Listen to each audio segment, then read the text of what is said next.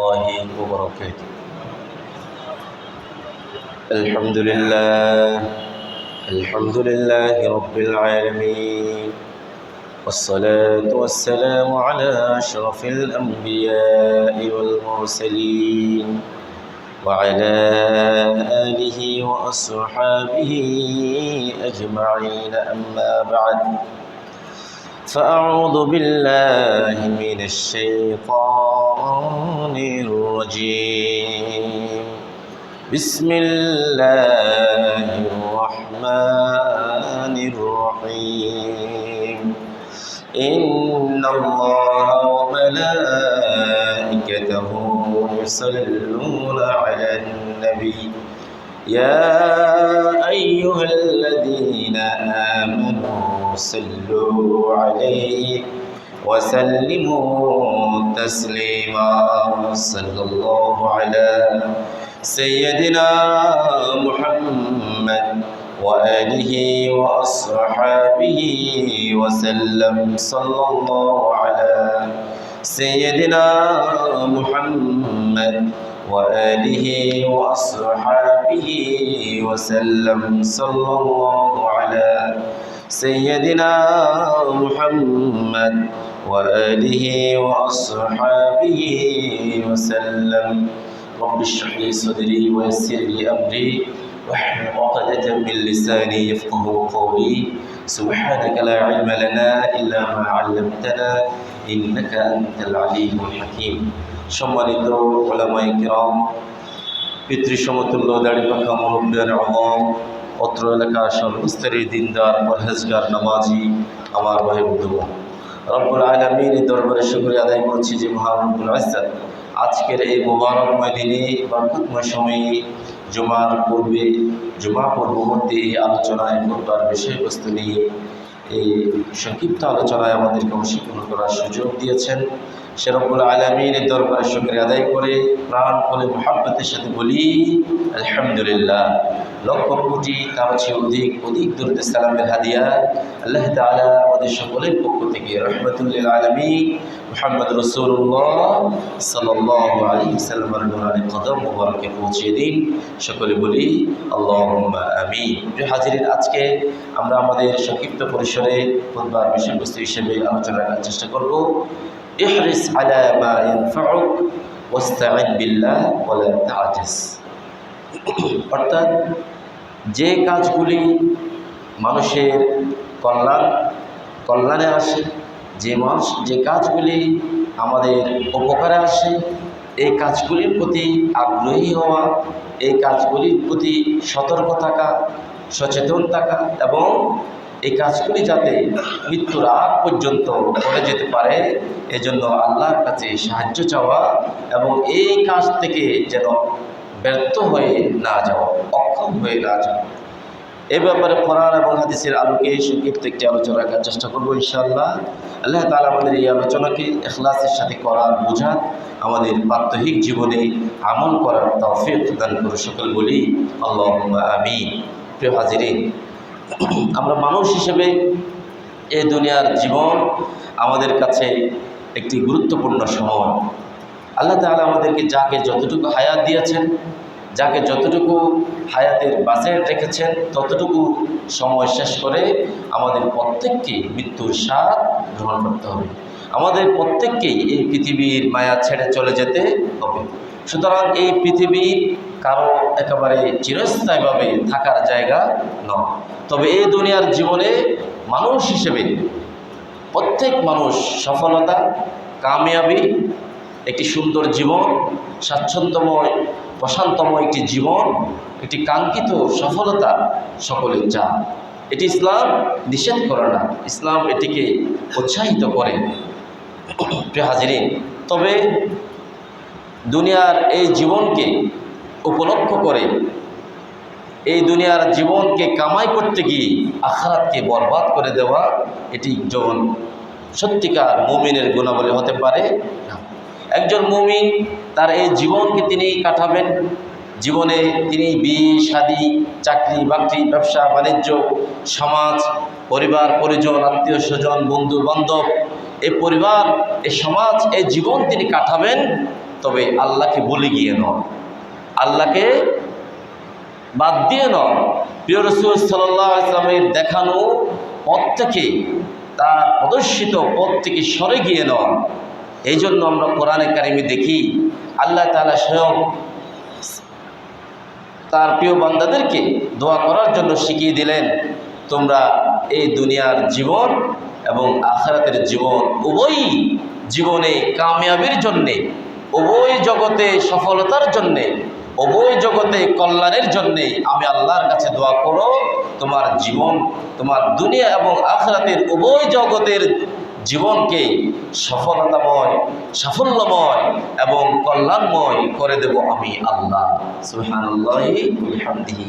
আল্লাহ তাআলা আমাদেরকে শিখিয়ে দিয়ে এই দোয়া কোরআনে কারিম আল্লাহ তাআলা শিখিয়ে দিলেন। আল্লাহ তাআলা বললেন, হে আমার মুমিন মুমিনাত নরনারী, তোমরা আল্লাহর কাছে দোয়া করো এইভাবে। আল্লাহ তাআলা বললেন, রব্বানা, আল্লাহ তাআলা বললেন আয়াতের শুরুতে, ওয়া মিনহুম মান ইয়াকুলু রব্বানা আতিনা ফিদ দুনিয়া হাসানা ওয়া ফিল আখিরাতি হাসানা ওয়া কিনা আযাবান নার। আল্লাহ তাআলা বললেন, মানুষের ভিতর থেকে এমন কিছু গুণাবলী সম্পন্ন মুমিন মানুষ, তাদের গুণাবলী এমন হয়ে থাকে, তারা বলে আল্লাহর কাছে দোয়া করে, তারা বলে আয় আল্লাহ তাআলা, এই দুনিয়ার জগতে, দুনিয়ার জীবনে আমাদেরকে কল্যাণ দান করুন, আখিরাতেও আমাদেরকে কল্যাণ দান করুন এবং জাহান্নামের আযাব থেকে আমাদেরকে হেফাজত করুন। সকলে বলি আল্লাহুম্মা আমিন। তাহলে আমাদের দুনিয়ার জগৎ এবং আখিরাতের জগৎ উভয়ই মুমিনদের জন্য গুরুত্বপূর্ণ। প্রিয় হাজিরিন, এজন্য একটি জীবনকে বাদ দিয়ে আরেকটি জীবনকে নয়।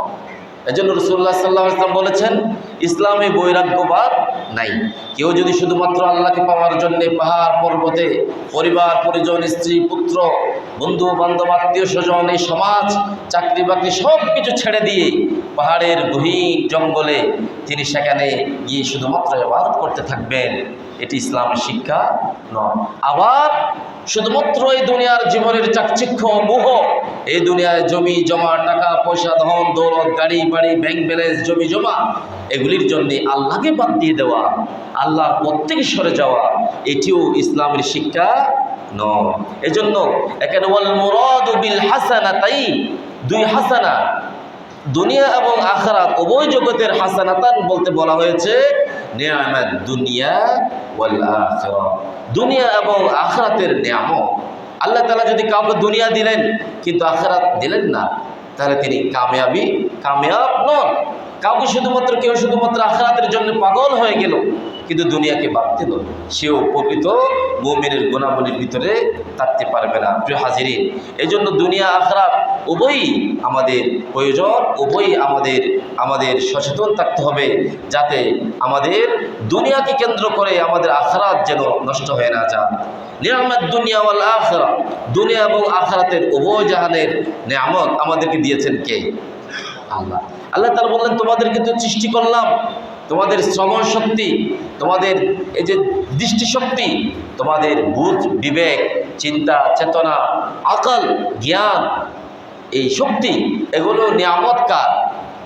আল্লাহ।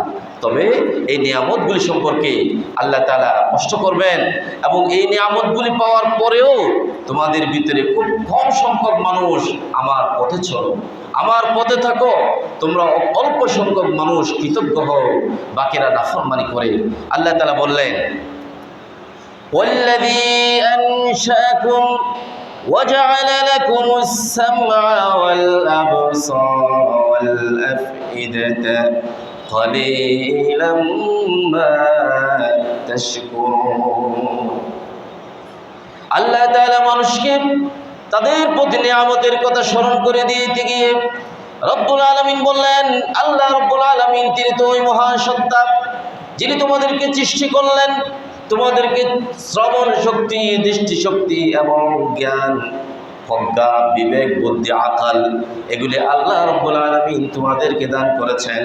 অথচ এগুলি পাওয়ার পরেও কলিলাম মা তাশকুরুন। তোমাদের ভিতর থেকে অল্প সংখ্যক মানুষ আল্লাহর কৃতজ্ঞতা প্রকাশ করে। তারা আল্লাহর কৃতজ্ঞতা প্রকাশ করার বিপরীতে অকৃতজ্ঞ হয়ে তারা আল্লাহকে ভুলে যায়, আল্লাহর এই পথ থেকে তারা সরে যায়, ফলে আল্লাহও তাদেরকে কি করেন, ভুলে যান।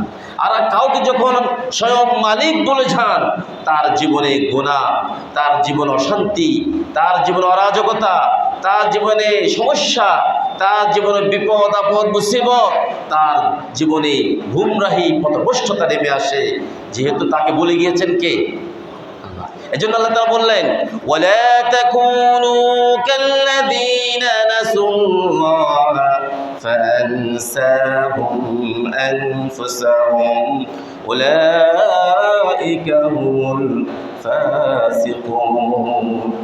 ওই দুনিয়ার জগতের মানুষ, আল্লাহ রাব্বুল আলামিন বললেন, তোমরা ওই মানুষদের মতো হয়ে যাও যারা আল্লাহ রাব্বুল আলামিনকে ভুলে যান।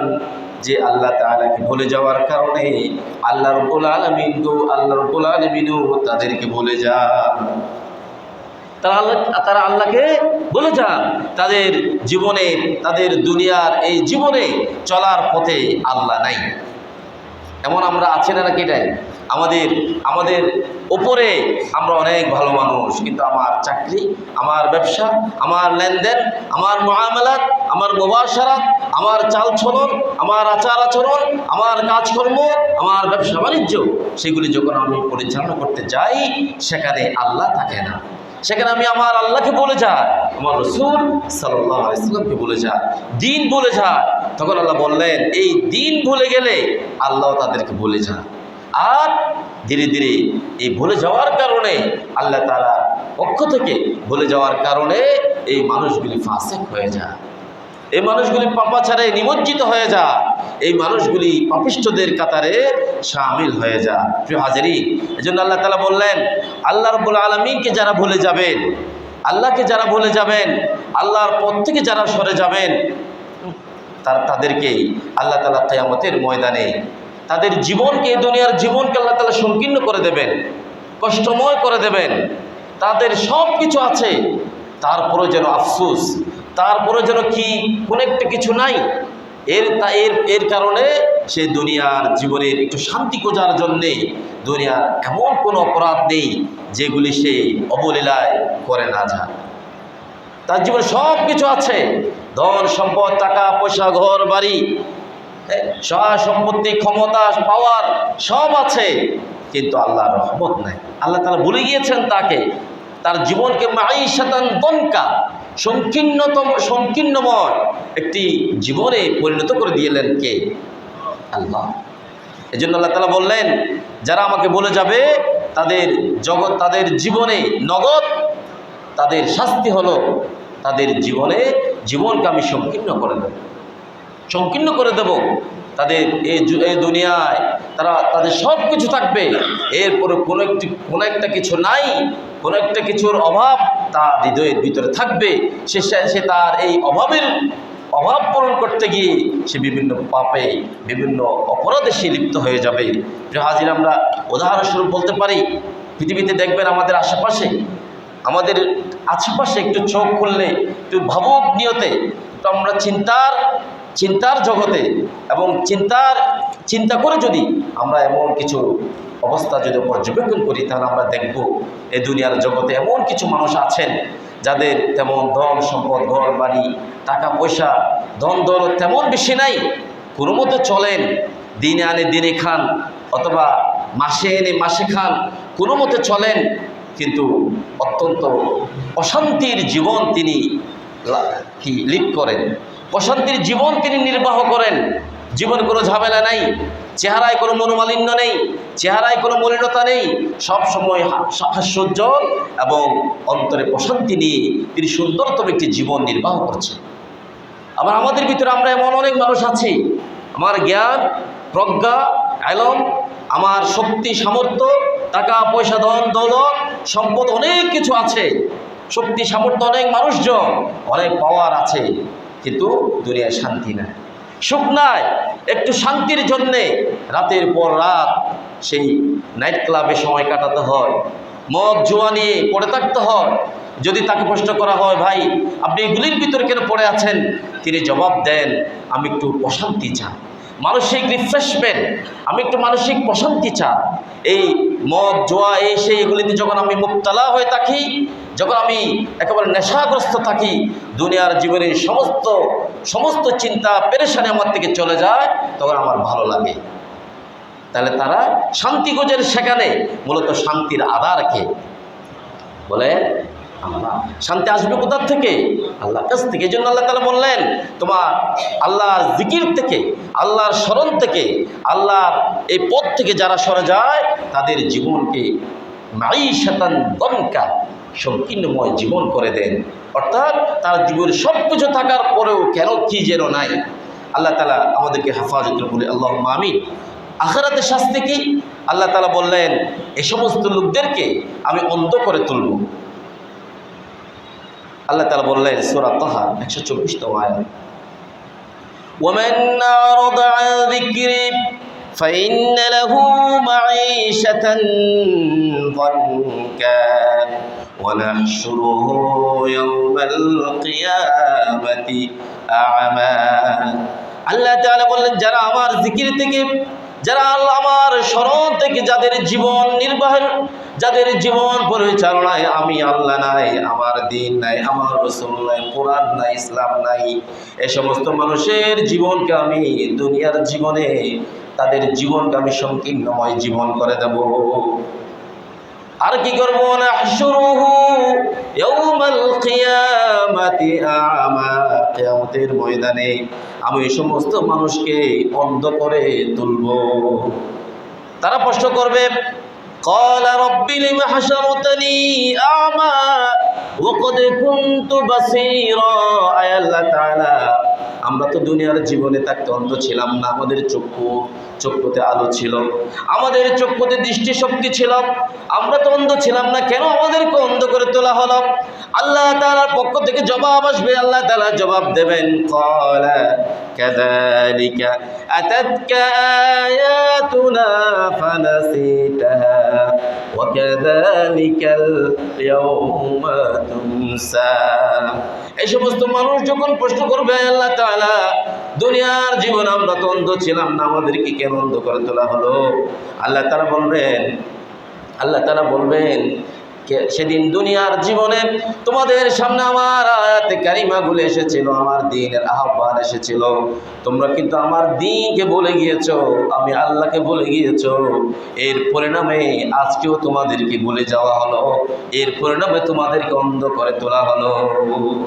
আল্লাহ তাআলা আমাদেরকে হেফাজত করে। সকলে বলি আল্লাহুম্মা আমিন। প্রিয় হাজিরিন, একজন মানুষের হৃদয়ের ভিতরে যখন আল্লাহর প্রতি ভয়, আল্লাহর প্রতি ভালোবাসা, আল্লাহর প্রতি তাওয়াক্কুল এবং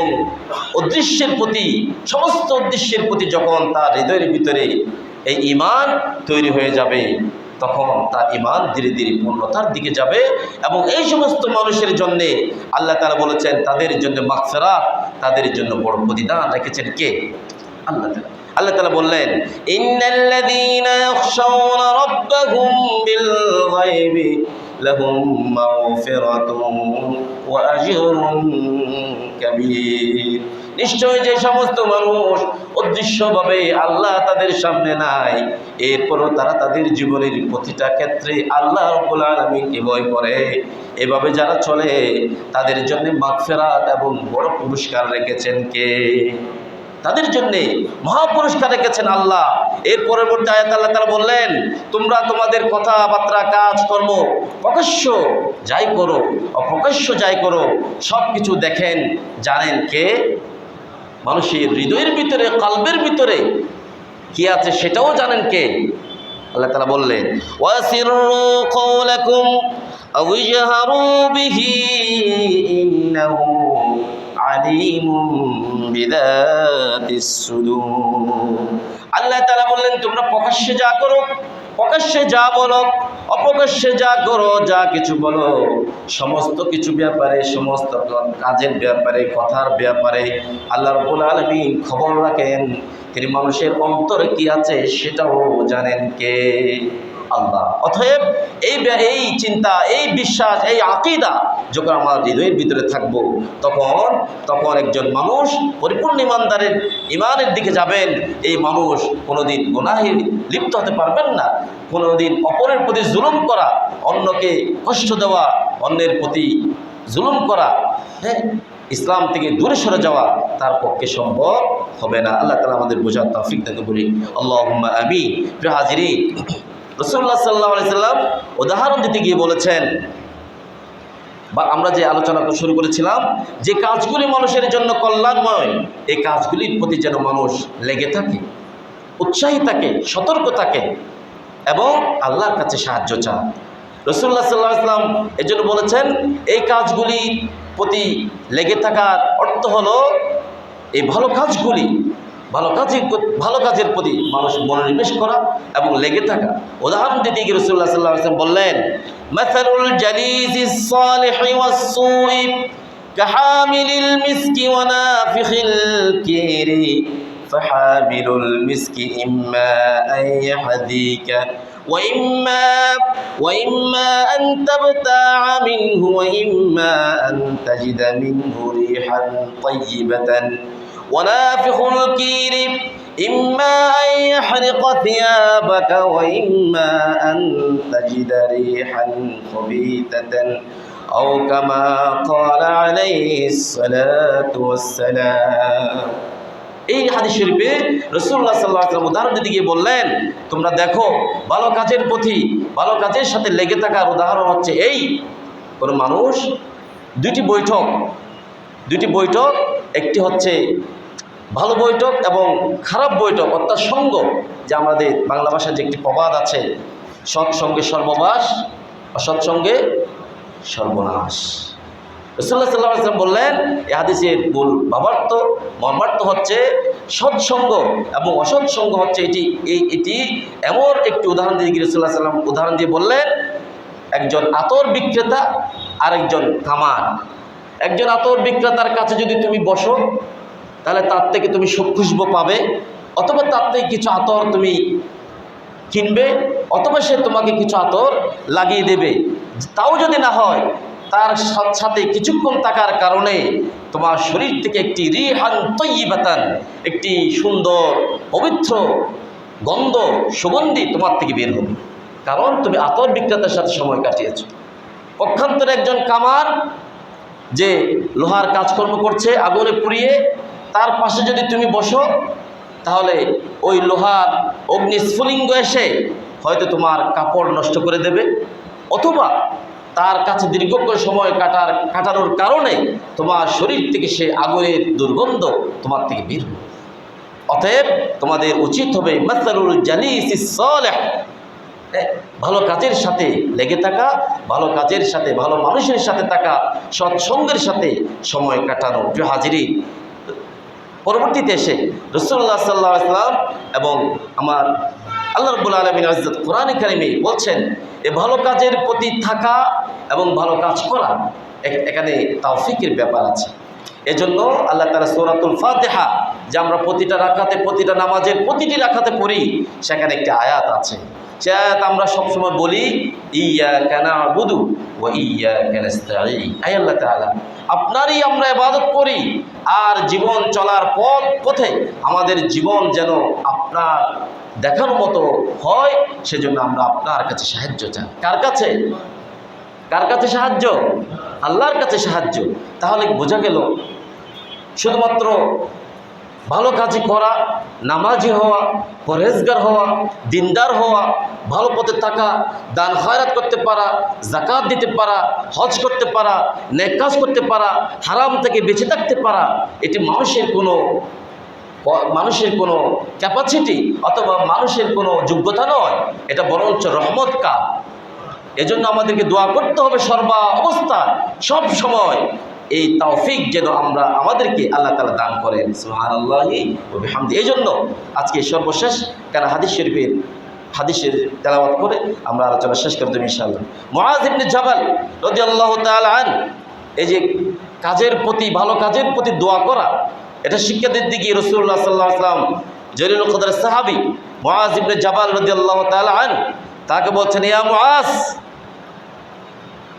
লা তাতাদউন্না ফি দুবুরি কুল্লি সালাতিন আন তাকুলা আল্লাহুম্মা আইন্নি আলা যিকরিকা ওয়া শুকরিকা ওয়া হুসনি ইবাদাতিক আও কামা ক্বালা আলাইহিস সালাতু ওয়াস সালাম। রাসূলুল্লাহ সাল্লাল্লাহু আলাইহি ওয়াসাল্লাম বললেন, হে মুআজ, তুমি 5 ওয়াক্ত নামাজ পড়বে, এই নামাজের পরে এই দোয়াটি পড়তে ভুলে যাইও না। কি দোয়া? সেখানে রাসূলুল্লাহ সাল্লাল্লাহু আলাইহি ওয়াসাল্লাম বললেন, আমরা একবার মুখোমুখি পড়ি, চলুন। আল্লাহুম্মা, বলেন, আল্লাহুম্মা আইন্নি আলা যিকরিকা ওয়া শুকরিকা ওয়া হুসনি ইবাদাতিক। সেখানে বললেন, হে মুআজ, তুমি এই দোয়াটি অবশ্যই প্রতিটি নামাজের পরে তুমি অবশ্যই এই দোয়াটি পড়বে।